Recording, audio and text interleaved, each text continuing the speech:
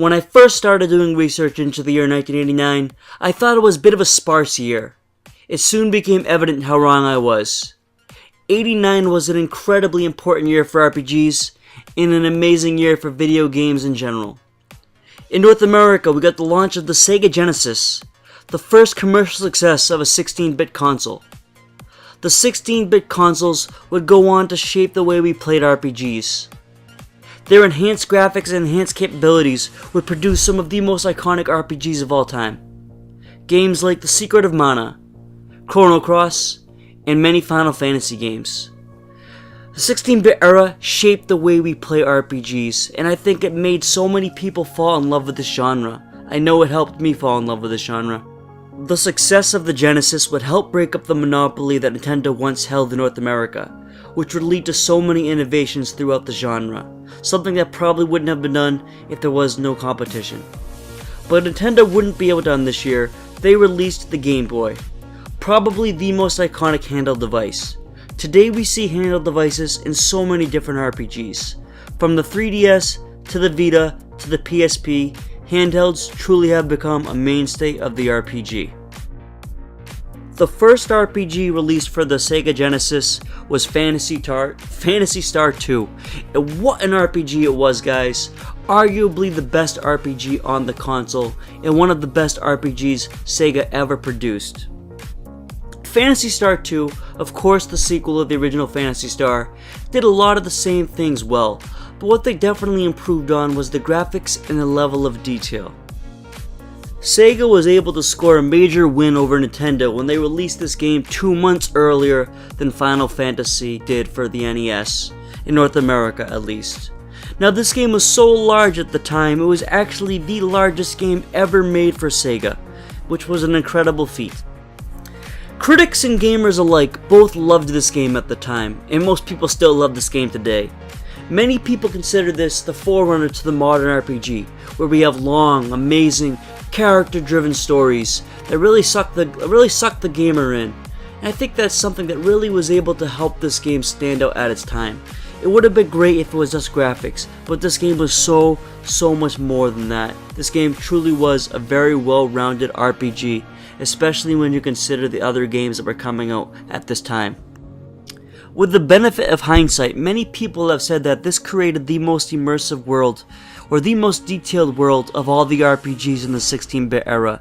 And you guys will know from many of my past videos that I think creating a detailed and important world is the most important thing in any RPG. After all, if the world doesn't seem realistic or if it doesn't seem interesting, we're just gonna lose interest and move on to the next game. But this game definitely mastered that. Although the Super Nintendo wasn't out yet, Nintendo counterpunched with Mother, released outside of Japan as Earthbound Beginnings. Many people will know its sequel of Earthbound, which has become one of the most collectible games and one of the most sought after games of the 16-bit era.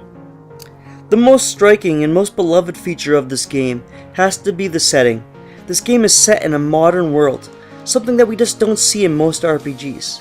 It almost has a more realistic, well, it definitely has a more realistic feel than almost every other RPG of the time. Where other RPGs were set in the Middle Ages or in castles or in fantasy worlds, this game seemed so realistic, and it seemed like something everyone could relate to, and I think that was able to find a special place in the heart of gamers. While some gamers do criticize this game for being too similar to the Dragon Quest series, I don't think it's such a bad thing. If you're gonna copy something, you might as well copy greatness, and obviously the Dragon Quest series is an absolutely amazing series. Some people do criticize this game as well for being a little unbalanced and forcing the players to grind.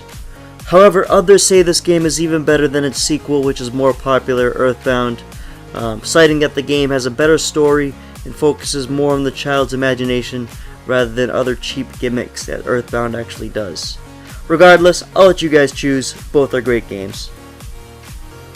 Capcom released one of the most important RPGs of the year when they released Sweet Home for the Famicom.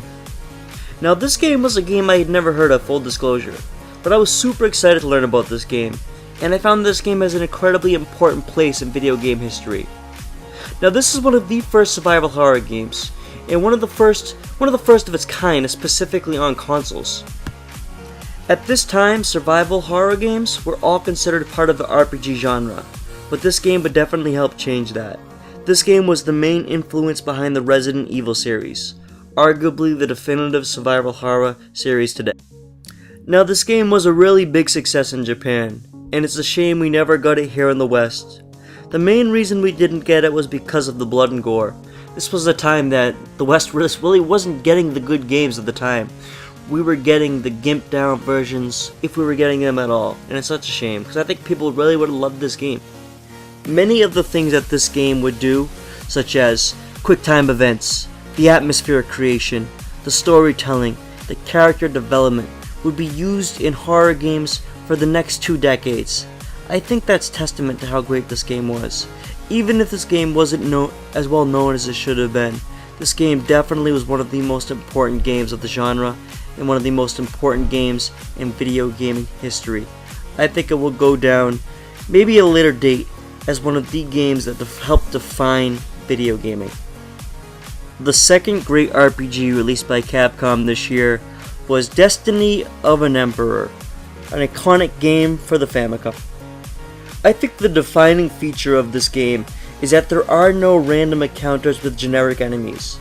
Every single enemy, or almost every single enemy that you encounter, is a general from some point of the game, and most of them will all be recruitable, either by bribery or by giving them a gift.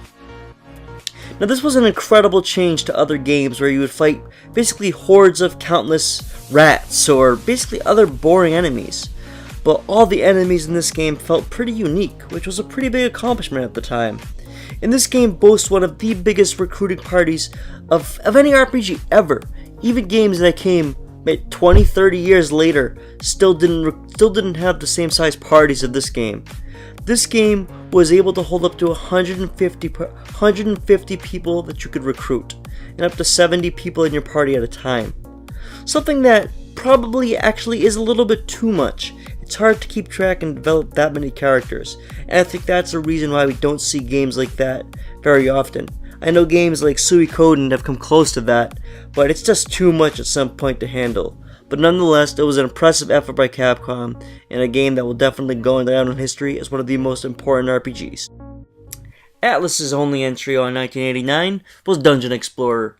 You guys know that everyone loves Atlus. In my opinion, the premier publisher of RPGs on this console. Maybe not on this console, but overall, over the years, Atlus has been tremendous. And this was a tremendous game. You know, I will say that this game absolutely wasn't the greatest RPG of the year, but definitely one of the most important RPGs of the year. This game actually had up to 5 playable characters. Not five different classes, although it did have mages and warlocks and elves and all that good stuff. This game actually had 5 different playable people. 5 different people who could actually play at one time. A 5 different person multiplayer, I'm trying to say, I guess. And what an amazing accomplishment this was at the time. Games didn't do this before. It does seem like something that's incredibly simple and something you think other games would have done. But really, most games didn't do this, and it helped popularize the co-ops genres, something that would later become so successful in RPGs.